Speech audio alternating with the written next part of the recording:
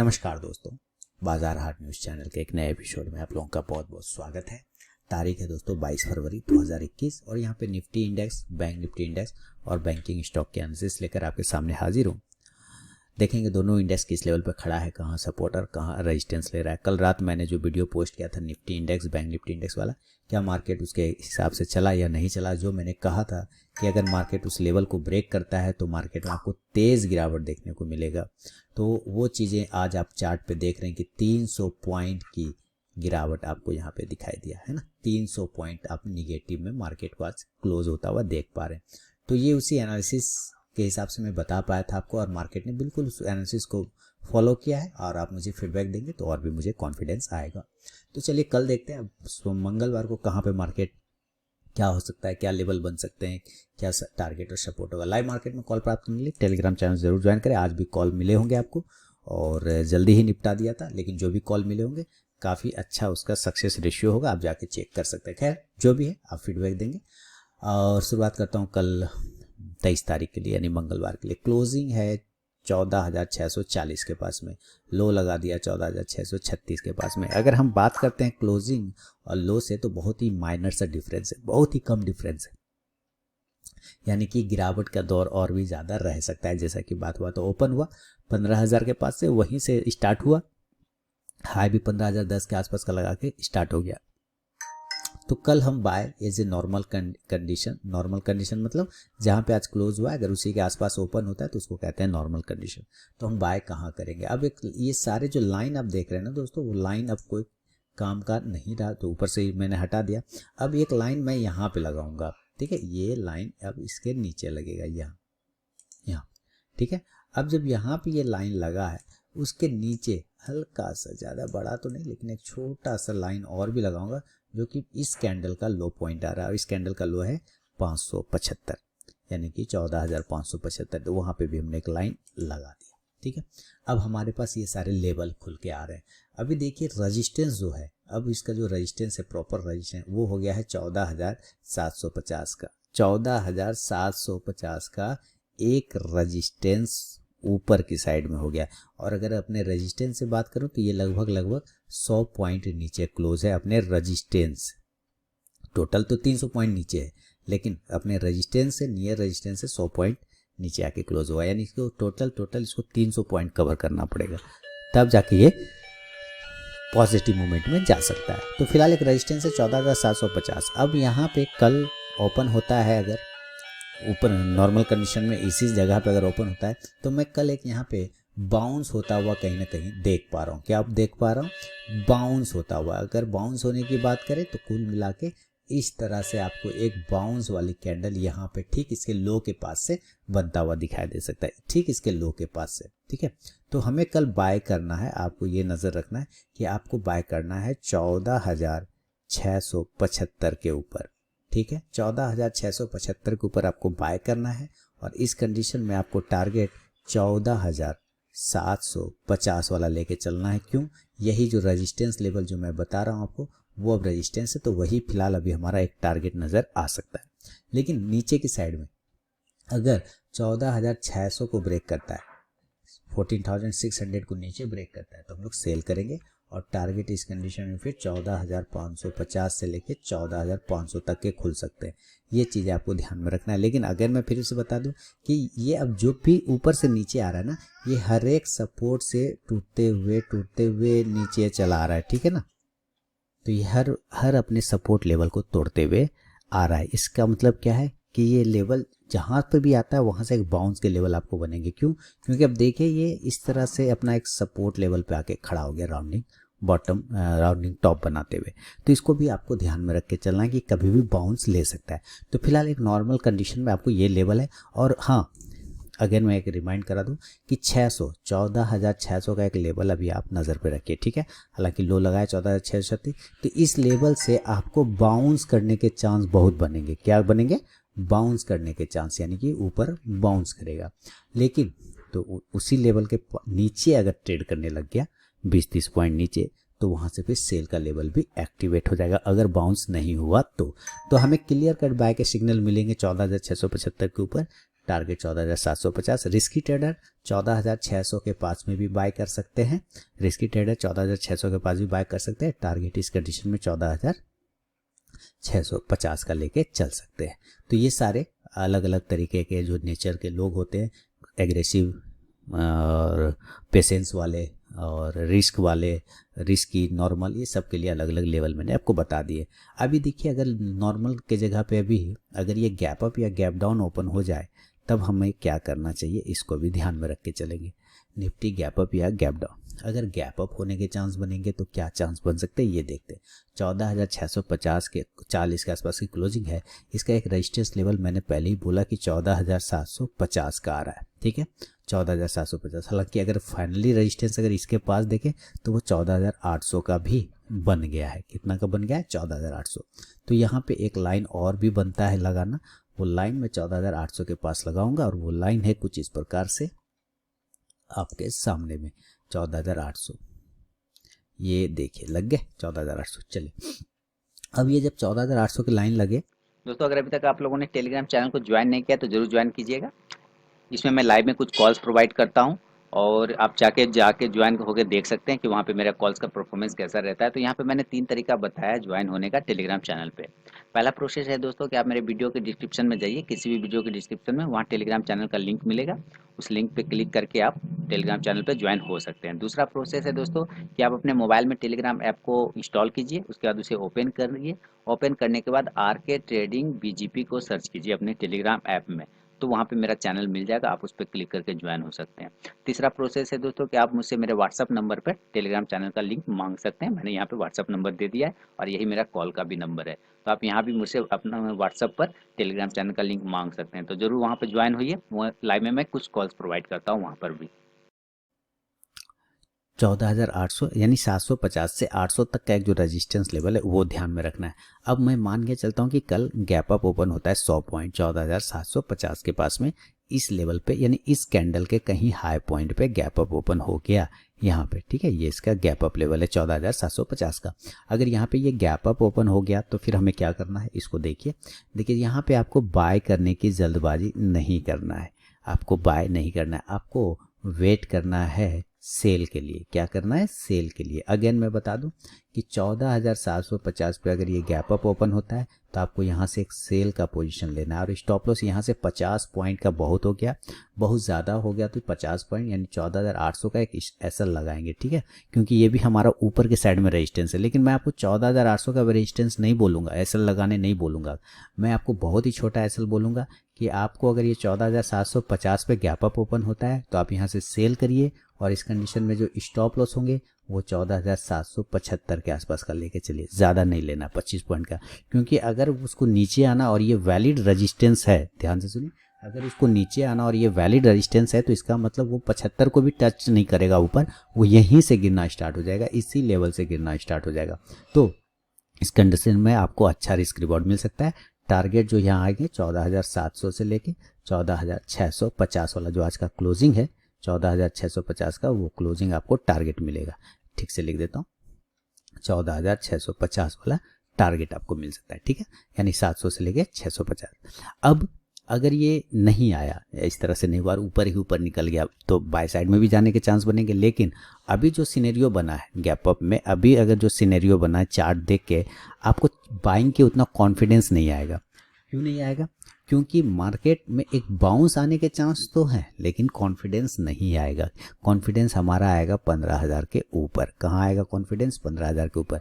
लेकिन फिर भी मैं बता देता हूँ कि अगर आपको फिर भी बाय करना है तो आप 14,800 के ऊपर ही बाय करिएगा दोस्तों, उसके पहले मत करिएगा।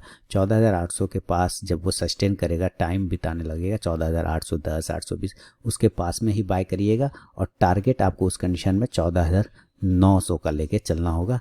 गैप अप कंडीशन में अगर ये 14,750 के पास में गैप अप ओपन होता है तब आपको ये डिसीजन बाय साइड के लिए लेके चलना होगा कि यहाँ पे आपको बाय करना है। सेल लेवल मैंने आपको पहले ही बता दिए, ठीक है। अब ये गैप अप की जगह पे मान लेता हूँ कि ये गैप डाउन ओपन हो जाता है, तब फिर हमारा लेवल क्या बदलेगा? गैप डाउन में उसको देख लेते हैं। गैप डाउन ये लिख दिया मैंने, गैप डाउन कहाँ ओपन होगा? गैप डाउन ये लाइन मैंने इसलिए तो लगा रखे हैं। अब जो इसके पास इंपॉर्टेंट सपोर्ट जोन है नीचे की साइड में वो कहाँ आ रहा है, देखिए वो यहाँ आ रहा है, वो यहाँ आ रहा है और ये यहाँ आ रहा है। और अगर इस लाइन की बात करें तो ये लाइन हमारा कितने का आ रहा है, वो 14,000, एक मिनट, वो 14,000 यानी इस कैंडल के पास में वो आ रहा है 14,580, बहुत नज़दीक है। तो मैं 14,580 तो नहीं मान सकता, मैं मानूंगा 14,550 के पास में। कहाँ, 14,550 के पास में ये लेवल मैं गैप डाउन मान के चल सकता हूँ। अगर यहाँ पे गैप डाउन लेवल 14,550 पे ओपन होता है तो हम बाय कहाँ करेंगे ये समझते हैं। हम बाय 14, ये गैप डाउन हुआ ना, तो यहाँ से एक बाउंस मिलेगा आपको बाय 14,575 के ऊपर करना है, बाय अब 14,575। और टारगेट इसमें सिर्फ एक कंडीशन लेंगे, टारगेट 14,650 का टारगेट, जो कि कहीं ना कहीं आज का क्लोजिंग भी है, वो टारगेट लेने की कोशिश करेंगे। इसके ऊपर बहुत सस्टेन करेगा तो 14,700 वाला एक टारगेट दे सकता है आपको निफ्टी।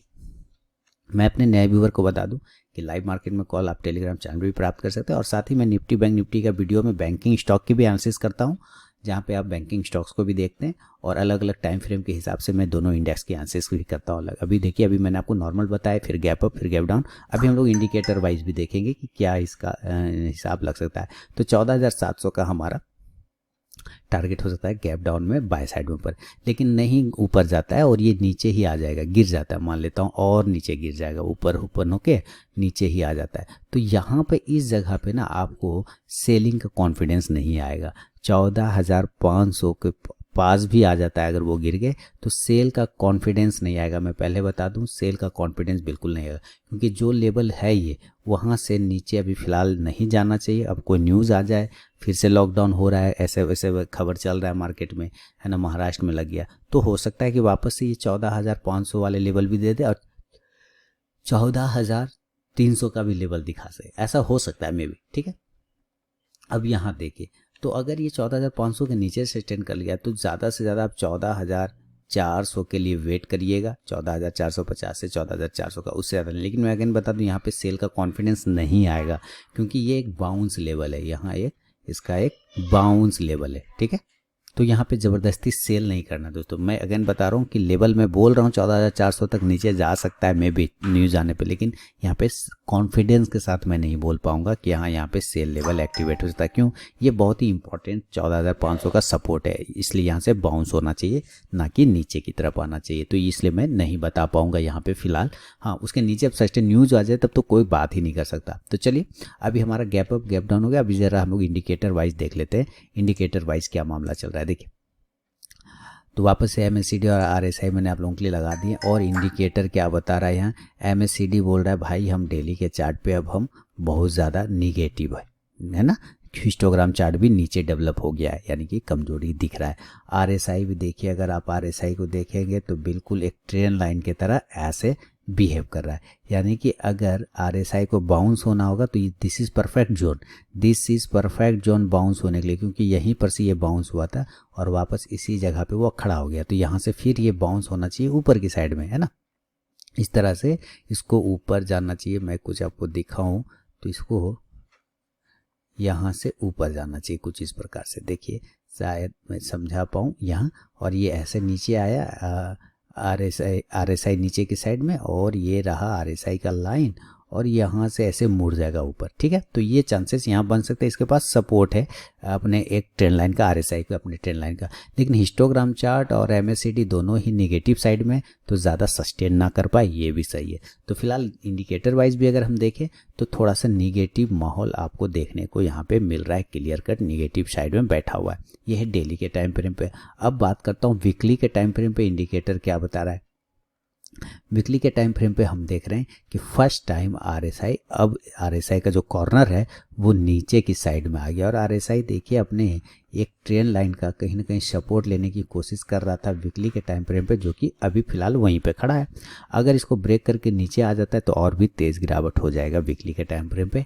और वीकली के ही टाइम फ्रेम पे हम ये देख रहे हैं कि एक ट्रेंड लाइन है जिसका ये सपोर्ट लेता है, जिसका ये सपोर्ट लेता है, सपोर्ट लेता है और सपोर्ट लेता है, तो यहाँ पर आना चाहिए। अगर इसके हिसाब से हम देखें तो ये प्राइस और भी नीचे दिखा रहा है, और वो प्राइस दिखा रहा है 14,250 से लेके 300 तक का, जो कि मैंने आपको पहले ही बोला कि हो सकता है मार्केट अगर 14,500 को सस्टेन नहीं करे तो 14,300 तक आने के चांस बन सकते हैं। तो फिलहाल ये सिनेरियो है डेली के टाइम फ्रेम पे, वीकली के टाइम फ्रेम पे, इंडिकेटर वाइज, ये सारे मैंने आप लोगों को समझाया। अपना फीडबैक जरूर दीजिएगा। अब चलिए जरा हम लोग बैंकिंग स्टॉक्स को भी, बैंक निफ्टी को भी देख लें, फिर बैंकिंग स्टॉक्स को देखेंगे कि क्या हिसाब है। चलिए पहले बैंक निफ्टी को लगाते हैं। बहुत सारे लोग बैंक निफ्टी देखना पसंद करते हैं, तो डेली के टाइम फ्रेम पर मैं सबसे पहले करूँगा। और डेली के टाइम फ्रेम पे ये सब लाइन अब मैं ऊपर वाले हटा दूंगा। देखिए ये हट गया, ये हट गया। अब यहाँ से हट जाने के बाद क्या एक लाइन सिर्फ यहाँ पे प्लेस करूँगा, और वो एक लाइन मैं कहाँ लगाऊंगा, तो ये चारों कैंडल के सर पर नीचे में लगा दूंगा। ये लग, क्योंकि यहाँ पे बहुत इंपॉर्टेंट तगड़ा सपोर्ट था हमारा, और वो सपोर्ट था 35,500 का। कितने का था? 35,500 वाला के एक सपोर्ट था, या 35,400 भी ले सकते हैं, उसमें भी कोई दिक्कत नहीं। 35,400 भी लेके चल सकते हैं, उसमें भी कोई प्रॉब्लम नहीं। ठीक है, तो ये सपोर्ट था, वो टूट के नीचे आ गया, क्लोजिंग कर गया 35,165 के पास में। तो कल सबसे पहले हम नॉर्मल कंडीशन पे बात करेंगे। निफ्टी क्लोज है 35,165 पे, तो हम बाय कहाँ करेंगे? हम बाय करेंगे 35,250 के ऊपर, बाय अब 35,250। और इस कंडीशन में जो आपको टारगेट होंगे वो 35,400 वाला, जो अभी मैं बात कर रहा था इम्पोर्टेंट रजिस्टेंस का, ये टारगेट अब आपको यहाँ पे कहीं ना कहीं आता हुआ दिख सकता है। लेकिन कब? जब वो 35,250 के ऊपर निकले, तब फिर यहाँ पर आके आपको एग्जिट करना है, 35,400 के पास में एग्जिट करना है। और यहाँ पर से वापस एक सेल का लेवल बना सकते हैं, एक छोटे स्टॉप लॉस के साथ, वापस से 35,300 के टारगेट के लिए, छोटा टारगेट, ज़्यादा नहीं। तो ये लेवल हो सकते हैं बाय और सेल इसी जगह पे। लेकिन दूसरा लेवल क्या हो सकता है कि 35,400 के, 35,250 के ऊपर वो नहीं जाए, नीचे ही आ जाए। अभी की क्लोजिंग है 35,165, तो इसके पास जो अब इम्पोर्टेंट सपोर्ट है वो है 35,000 का, ये तो आपको पता है। तो मैं कितना आपको यहाँ पे ज़बरदस्ती का बोलूँगा कि आप सेल कर दो? नहीं। क्यों?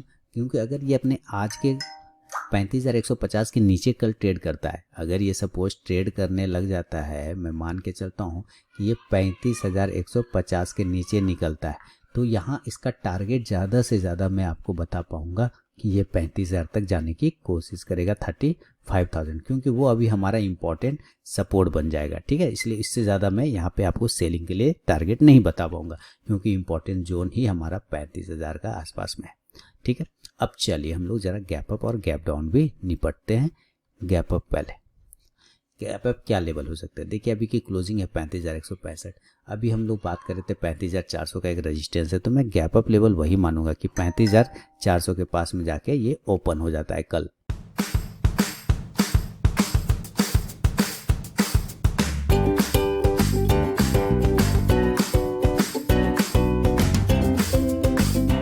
चलिए 35,400 के पास में ही ये कहीं ओपन हो गया गैप अप, तो क्या कर लेना चाहिए? यहाँ पे हम लोगों को तुरंत से तुरंत 35,400 के पास में एक सेल का पोजीशन बनाने का सोचना चाहिए तुरंत। तो 35,400 के पास में आपको शॉर्ट का पोजीशन बनाने का सोचना है, और वहाँ पे इसलिए क्योंकि यहाँ पे एक इम्पॉर्टेंट रेजिस्टेंस है ना, तो आपका स्टॉप लॉस बहुत छोटा बनेगा। क्या बनेगा? स्टॉप लॉस बहुत छोटा बनेगा। यानी कि 35,400 के पास में आप अगर सेल करते हैं इस लेवल के पास में, तो ज़्यादा से ज़्यादा 50 पॉइंट के स्टॉप लॉस में भी काम करके चल सकते हैं, क्योंकि इंपॉर्टेंट रेजिस्टेंस है ना। अभी सपोर्ट था 4 से 6 कैंडल का, अब रेजिस्टेंस बन गया, तो आपका रिस्क बहुत छोटा रहेगा, और लेकिन रिवॉर्ड अगर मिलेगा तो 35,250 का नीचे का टारगेट, और दूसरा टारगेट 35,150 तक का टारगेट आपको बन सकता है 35,400 के पास में। ये स्कीम हो सकता है। लेकिन अगर ये ऊपर सस्टेन कर गया, तब ऊपर सस्टेन कर गया तो हम बाय भी कर सकते हैं। तो बाय के लेवल अलग होंगे, वो आपको ध्यान में रखना है कि बाय का लेवल अलग है, और बाय का लेवल है 35,500 के ऊपर, 35,500 के ऊपर हम लोग बाय साइड में जाएंगे। और टारगेट इस कंडीशन में आपको लेने होंगे 35,700 का एक टारगेट, ये आपको लेके चलना होगा।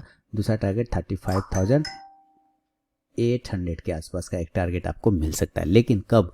जब वो 35,500 के ऊपर सस्टेन करेगा तब।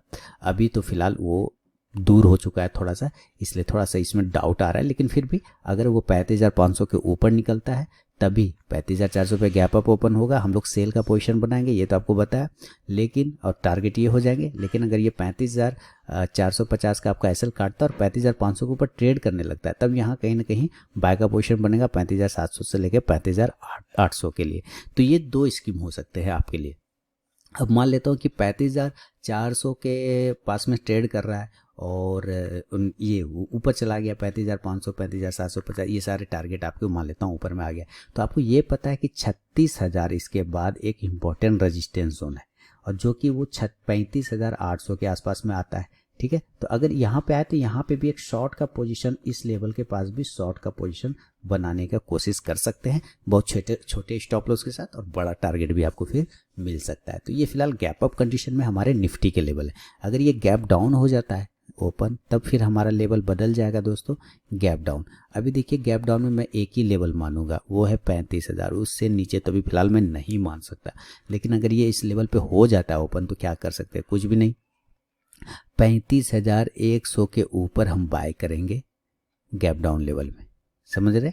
जब ये 35,000 पे ओपन हो जाएगा तो हम 35,100 के ऊपर बाय करेंगे, और टारगेट इस कंडीशन में 35,250 से लेके 35,400 वाला जो रेजिस्टेंस आ रहा है, ये वाला पॉइंट ऊपर वाला, ये टारगेट होगा। और अगर नीचे आता है तो सेल करेंगे। सेल कहाँ, 35,000 पे ओपन होगा, होने देते हैं, कोई दिक्कत नहीं। और जब ये नीचे 34,900 को ब्रेक करेगा तो हम लोग सेल करेंगे, और टारगेट हम लोगों का होगा 34,750 से लेके 750 से लेके 34,600 तक का, ये हमारा सेल साइड में टारगेट होगा। अब ये लेवल बन गया मंडे के लिए, सोमवार मंगलवार के लिए, ट्यूसडे के लिए। अभी देखिए अगर इसी को आप इंडिकेटर वाइज देखना चाहते हैं तो इसकी भी हालत अभी थोड़ी सी ख़राब लग रही, ये भी क्रॉस करके आ चुका है। और नीचे में MACD भी नीचे में हिस्टोग्राम चार्ट डेवलप करा, जो कि मैंने आपको कल ही बता दिए थे कि मार्केट में गिरावट आ सकता है। इसके हिसाब से तो फिलहाल यही लग रहा है। और अभी हम लोग देखेंगे कल, क्योंकि ये सपोर्ट है ना, सपोर्ट पे थोड़ा से भी ये बाउंस होगा तो ये ऐसे घूम जाएगा, और फिर आपके सारे एसल कट जाएंगे। ठीक है, तो यहाँ पे थोड़ा सा आपको वेट करना पड़ेगा, वेट एंड वॉच, और लेवल का वेट करना पड़ेगा। फिलहाल अगर इंडिकेटर वाइज देखें तो कमज़ोर नज़र आ रहा है। तो ये निफ्टी, बैंक निफ्टी का दोस्तों मेरा अपना व्यू था। हम वीडियो एनालिसिस पसंद आए तो फीडबैक जरूर दीजिएगा। लेकिन बैंकिंग स्टॉक्स अभी हम लोग देखेंगे कि कौन सा बैंकिंग स्टॉक्स किस लेवल पे खड़ा है, कहाँ सपोर्ट और रेजिस्टेंस ले रहा है। देखिए एक्सिस बैंक के साथ शुरुआत कर रहा हूँ। एक्सिस बैंक अपने सपोर्ट पे आ चुका है बहुत ही बढ़िया तरीके से। एक्सिस बैंक अपने सपोर्ट लेवल को टेस्ट कर रहा है, अब बाउंस लेने की कोशिश करेगा। तो कल एक बाउंस अगर इसमें आ जाए तो कोई बड़ी बात नहीं, हो सकता है वो बाउंस थोड़ी देर के लिए हो, लेकिन यहाँ से एक बाउंस आना चाहिए। लेकिन नहीं आता है बाउंस, मान लें 710 के नीचे आ जाता कल, अगर एक्सिस बैंक 710 के अगर नीचे ट्रेड करेगा तब हम सेल कर देंगे। और टारगेट ज़्यादा नहीं, आपको राउंड नंबर का टारगेट 700 का एक टारगेट ही आपको मिल सकता है बस। और अगर बाउंस करना होगा तो 725 से लेके 30 के ऊपर बाय का पोजीशन बनेगा, और टारगेट इस कंडीशन में इंट्राडे में 740 तक के बन सकते हैं, ये ध्यान में रखना है। बैंक ऑफ बड़ौदा की बात करते हैं तो बैंक ऑफ बड़ौदा में एक जो लेवल है, अभी एक इंपॉर्टेंट सपोर्ट है नीचे 85, हो सकता है उसके बाद टेस्ट करे और तब यहाँ 85 के पास आने के बाद यहाँ से बाउंस करे। तो हम लोग वेट करेंगे, अगर कल ये 89 को ब्रेक करता है, नीचे 88 को ब्रेक करता है तो 85 के लिए सेल का लेवल बनाया जा सकता है। बैंक ऑफ इंडिया न्यूज़ में है, इसलिए इसमें देखिए इतना गिरावट में भी ये पॉजिटिव रहा। कल वापस भी मैंने इसके बारे में बताया भी था कि कल हो सकता है इसमें बाउंस मिले आपको ऊपर, लेकिन पोजीशन अगर बनता है तो इसमें न्यूज़ है, आपको बता दूं प्राइवेटाइजेशन वाले खबर की वजह से इसमें न्यूज़ है। 88 या 89 को कल अगर ब्रेक करेगा तो 100 लगभग 95 से 100 तक का फिर से एक टारगेट दिखा सकता है bank of India. Canara bank support पर आ चुका है, बिल्कुल बहुत ही खतरनाक क्रूशल लेवल इसको बोलते हैं। क्रूशल लेवल पर अगर ज़रा सा भी हिला यहाँ से तो फिर तेज़ गिरावट होगा। अगर यानी कि कल 153 के नीचे निकल गया तो 150 से 45 तक का टारगेट दिखाएगा। फेडरल बैंक बहुत ही ख़राब स्थिति, नीचे की साइड में 79 को ब्रेक कर देगा तो एक बार ये 75 तक का टारगेट दिखाएगा। एचडीएफसी बैंक अगर ऊपर 1575-76 को ब्रेक करता है दोस्तों तो 1600 तक के टारगेट दिखाएगा ऊपर की साइड में। अगर नीचे अगर ये ब्रेक करता है 1540 को तो हम लोग सेल साइड भी जा सकते हैं 1520 के टारगेट के लिए। ICICI बैंक देखिए सेम इसके जैसा आ गया है ना, फेडरल बैंक के जैसा, केनरा बैंक के और फेडरल बैंक के जैसा, कोई दिक्कत नहीं। अगर ये नीचे ब्रेक करता है 600 को राउंड नंबर को तो सेल कर देंगे। 605 के नीचे भी सेल कर सकते हैं, 600 से लेके 595 के इंट्राडे टारगेट के लिए। 615 के ऊपर निकलता है बाय करेंगे 620 से 25 के टारगेट के लिए। इंडियन बैंक 150 के ऊपर निकलने दीजिए, फिर पोजीशन बनेगा 155 के लिए। नीचे अगर ब्रेक करता है 133 सेल कर देंगे 125 के टारगेट के लिए। इंडसइंड बैंक उसी जोन में फंसा हुआ है, ऊपर 1100 को ब्रेक करेगा, पोजिशनली टारगेट 1150 से 1200 का। नीचे ब्रेक करेगा 1000 को, सेल करेंगे 50 तक के टारगेट के लिए, 975 से 50 तक का। कोटक बैंक 2 दिन से एक जैसा कैंडल बना रखा है, तो नज़र रखिए कोटक बैंक 1960 के ऊपर निकलेगा, बाय करेंगे 2000 के टारगेट के लिए। पीएनबी बाय ऑन डिप्स, जितने डिप्स पे बाय करना है लंबे टर्म के लिए, लॉन्ग टर्म के लिए। आरबीएल बैंक नीचे ब्रेक कर चुका है, आरबीएल बैंक शॉर्ट करेंगे कल वापस, अगर 233 के नीचे निकलता है शॉर्ट करेंगे 225 के टारगेट के लिए, अगर 240 के ऊपर अगर निकलता है तो बाय करेंगे 245 से 50 के टारगेट के लिए। एसबीआई देखिए आ गया बहुत ही ज़बरदस्त लेवल पे, तो 2 चांस हैं, या तो एसबीआई यहाँ से ऊपर चला जाए क्योंकि अपने सपोर्ट पे है, या अगर कल ब्रेक कर देता है 380 को तो सेल करेंगे 370 के टारगेट के लिए। यूनियन बैंक 45 का रेजिस्टेंस है, वो जब तक ब्रेक नहीं करे नया पोजीशन मत बनाइएगा। बंधन बैंक ये भी बिल्कुल अपने सपोर्ट पे, सारे स्टॉक आपको लगभग सपोर्ट पे मिलेंगे क्योंकि मार्केट गिरा है 300 पॉइंट, ये 500 पॉइंट बैंक निफ्टी तो दिक्कत तो करेगा ही। अभी देखिए ये बिल्कुल अपने सपोर्ट पे, अगर इसको ब्रेक करता है 320 को सेल करेंगे 310 से 300 के टारगेट के लिए। अदरवाइज बाउंस करने के लिए 335 के ऊपर जाएगा तो बाय करेंगे 345 से 50 के टारगेट के लिए। तो दोस्तों ये था Nifty index, bank Nifty index और बैंकिंग स्टॉक से मेरा अपना वीडियो और एनालिसिस पसंद आया लाइक और फीडबैक जरूर दीजिए। और दोस्तों कल 3 स्विंग ट्रेडिंग स्टॉक डाला था पार्ट 3 करके, टेलीग्राम चैनल पे भी लिंक दे दिया था और अपने आरके ट्रेडिंग चैनल पे भी उसके ट्रेंड दिया था, उसमें एक स्टॉक था, दूसरा एक स्टॉक एस चांद था और तीसरा था कैमलिन। तो एस चांद का लेवल एक्टिवेट नहीं हुआ, ट्रेंड और कैमलिन का एक एक टारगेट आज ही कंप्लीट हो गए हैं, तो आप जाके वो वीडियो भी देख सकते हैं। तो ये था एनालिसिस दोस्तों, फीडबैक जरूर दीजिएगा, आपके फीडबैक का इंतजार रहेगा।